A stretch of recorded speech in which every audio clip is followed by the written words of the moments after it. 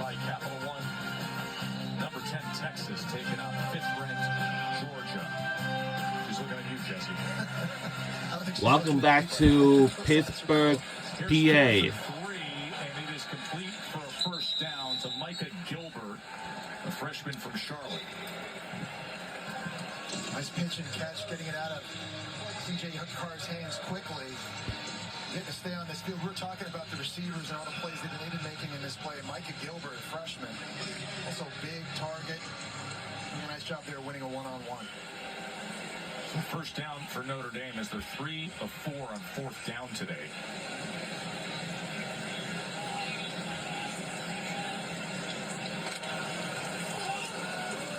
Darian Price, he is tackled for a loss this time. That's Rasheem Biles, who had the incredible pick 6 earlier in this half. Yeah, obviously, Pitt loses this game, but it has no standing on their ability to win an ACC championship. They're going to have to get refocused and spin ahead. 2 critical games. One on the road at Georgia Tech, ranked opponent, then at home against So Miami. Pittsburgh Panthers, they got 2 games left. They'll take on the Georgia Tech next Saturday, and then they'll be back home and here in Pittsburgh, PA on November 29th. Or is it the 28th or the 29th? I have to see. Conference standings, all that matters. And Faison makes the completion. Also, the lacrosse stars, well documented for Notre Dame national championship team. Coach Kevin Corrigan leading them in catches and yards is amazing. But here's the thing: if Pittsburgh loses this game, you know. Also, really nice job location on that throw, taking a little bit off it by C.J. Carr, making it easier. Now has to refocus on making it to the ACC championship in December. You know what I mean? And then maybe a chance to be in the college football playoff. We'll have to see about that. Price on the carry on 3rd and 6. Well, I mentioned Jordan Faison moments ago as he had the catch. But this is amazing, the level of ability he has in both sports. The lacrosse team scoring a goal in the championship game, the win over Maryland. Notre Dame's 2nd consecutive national championship. Ability to go behind his head like that. Top corner. Pretty incredible. Here's another 4th down as Notre Dame has been more than ready to put this game away in these closing minutes.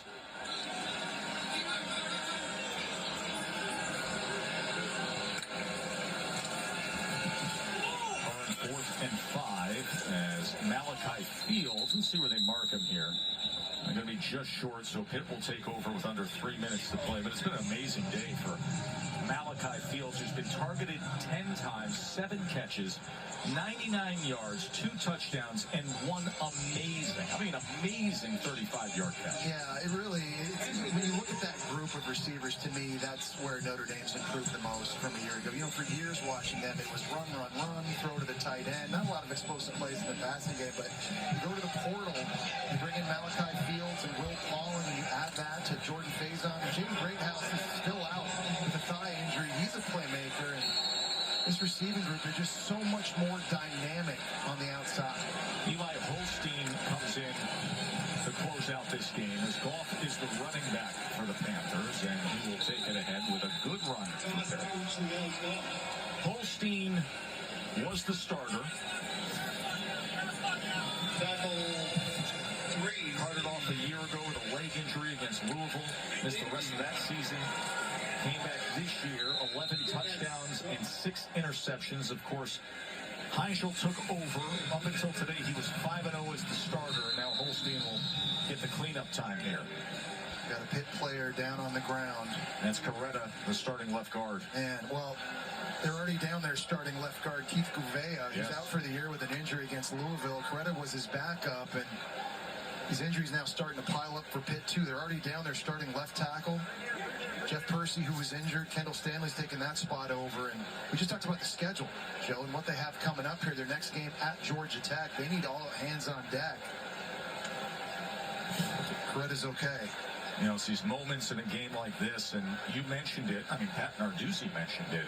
Notre Dame can go out and beat us by 100. 100 today, but what matters most are the next 2 weeks, and you hate to lose another offensive lineman. Yeah, no question about it. This is the tough part, I think, if you're a coach, right? You're taking this game, you get such high expectations, wanting to make a statement and show everybody, and obviously things don't go your way if you're picked, but there's still so much to play for, an opportunity to reach the ACC championship and win it, and then depending on how things play out, get into the college football playoff. Remember, it's not guaranteed that if you win the ACC, you get in. You have to be one of the highest 5 ranked conference champions, and there's a scenario out there, a doomsday scenario, that if Duke were to win today and win out with 4 losses, they might actually not get in the playoff, even if they win the ACC. So there's a lot of big-time games in this conference each and every week. It's going to be a lot of fun to watch, see how it plays out.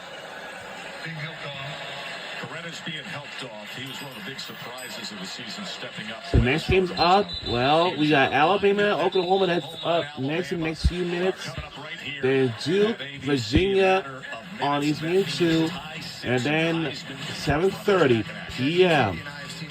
Georgia take on the freezing the safety in the middle of the field, putting it where only his guy can make the catch against Missouri. You know, Red zone, big 3rd and 13. The window here is going to be really small. You got to freeze the safety again. Isaiah Horton on the post route. Only one place this ball can go. Perfect location right out in front, and he's going to need that against statistically the best defense in the SEC today. Holstein takes it ahead for just a yard. Tui Alamaka with the tackle. Coming up on the 2-minute timeout. all right, we're at the 2-minute mark. Irish guys have been smiling all day as Notre Dame is headed to win number 8 on the season. We'll be right back on the other side of this break.